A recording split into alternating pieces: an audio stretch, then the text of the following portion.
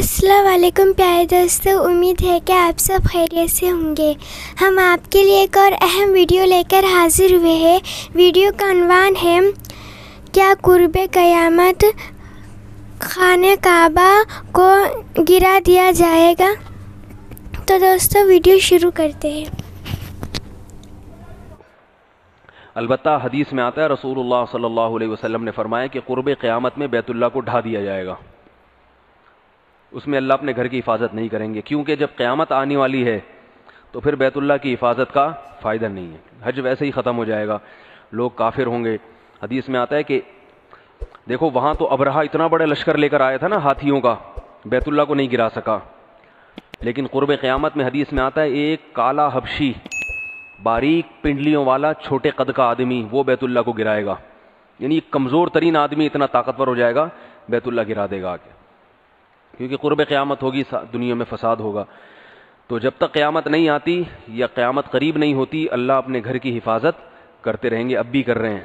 آج بھی بیت اللہ کی جو حفاظت ہو رہی ہے بہت بڑا معجزہ ہے یہ، کیونکہ اسرائیل، امریکہ، ان کو بالکل یہ بات سمجھ میں نہیں آتی کہ ایک چھوٹی سی چار دیواری ہے جو نہ سونے کی بنی ہوئی نہ چاندی کی بنی ہوئی، مگر سال کا اگر حساب لگاؤ نا، یعنی پورے سال میں ایک سیکنڈ بھی ایسا نہیں ہوتا جب بیت اللہ کا کوئی طواف نہ کر رہا ہو۔ پوری دنیا میں ایسی عبادت گاہ کسی کے پاس بھی نہیں ہے، اور اگر ہے بھی تو ایسے اس میں فانوس اور اتنی اٹریکشن کی چیزیں ہیں کہ لوگوں نے اس کو ایک سیاحوں نے اس کو ایک مرکز بنا لیا ہے۔ بیت اللہ میں کچھ ایسا نہیں ہے، چار دیواری ہے نا، زیادہ سے زیادہ وہ تو سعودی حکومت نے سونے کا دروازہ لگا دیا، وہ تو اب لگایا ہے، ورنہ پہلے تو سونے کا دروازہ بھی نہیں تھا، اور کچھ بھی نہیں ہے، نہ اس میں صوفے، نہ پنکھے، نہ لائٹیں، نہ ایئر کنڈیشن، ایک چار دیواری ہے بس۔ نسبت کس کی طرف ہے؟ اللہ کی طرف۔ تو اتنا طواف ہوتا ہے نا اس گھر کا، اتنا طواف ہوتا ہے، پورے سال طواف ہوتا ہے۔ صرف عرفہ کا دن ہے 9 ذی الحجہ جو حج کا دن ہے، واحد دن ہے جس میں بیت اللہ خالی ہوتا ہے، واحد دن۔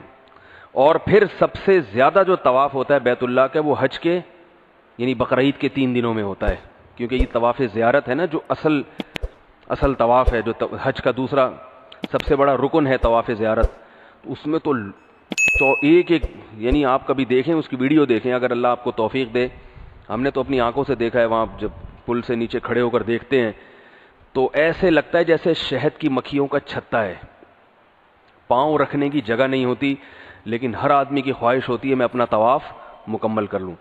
تو وہی ہے دیوانوں کی طرح، جیسے شاعر نے کہا نا امر من الدیار دیاری لیلا اقبل ذا الجدار وذا الجدار وما حب الدیار شغفن قلبی ولکن حب من سکن الدیار، کہ میں لیلا کے در و دیوار سے بھی محبت کرتا ہوں اور لیلا کے در و دیوار کو بھی چومتا ہوں اور اس کی گلیوں کے بھی چکر لگاتا ہوں، اس لیے نہیں کہ مجھے اس کی گلی سے محبت ہے یا اس کی دیواروں سے محبت ہے، میں اینٹوں سے محبت کرنے والا آدمی نہیں ہوں، بات یہ کہ اس گلی میں اور اس اینٹوں کے پیچھے جو رہتا ہے نا مجھے اس سے محبت ہے، اس گھر اور اس گلی کی نسبت محبوبہ کی طرف ہے۔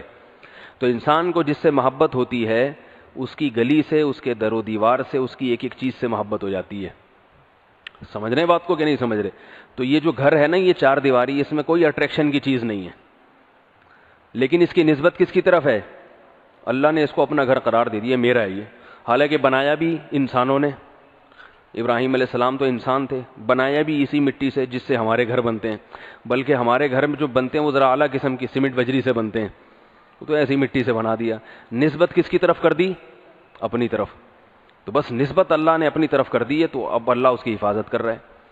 تو آج بھی بہت حفاظت ہو رہی ہے بیت اللہ کی، ورنہ عقلی لحاظ سے بہت مشکل ہے، کیونکہ اتنی سازشیں ہو رہی ہیں، اتنی سازشیں اندرونی بیرونی بہت سازشیں ہو رہی ہیں، لیکن اللہ تعالیٰ ہر سازش کو ناکام بنا دیتے ہیں۔ تو اس میں ہمیں یہ سبق ملتا ہے اسلام جیتا جاگتا زندہ مذہب ہے۔ عیسائیت اور یہودیت کی جو عبادت گاہیں ہیں ان کا حج وج ختم ہو گیا، بیت المقدس میں عیسائی بھی حج نہیں کرتے جو ان کا اصل قبلہ تھا، جو کرتے بھی ہیں تو وہ ایسا حج ہے جو کہیں دنیا میں نظر ہی نہیں آتا، رش ہی نہیں ہوتا، کچھ بھی نہیں ہوتا۔ ہمارا جب حج آتا ہے پوری دنیا سے بیت اللہ کے لیے پروازیں اڑنا شروع ہو جاتی ہیں، اتنی پروازیں اڑتی ہیں، سعودی عرب کا جو جدہ ایئرپورٹ ہے نا اس میں جہازوں کے لیے پاؤں رکھنے کی جگہ نہیں ہوتی۔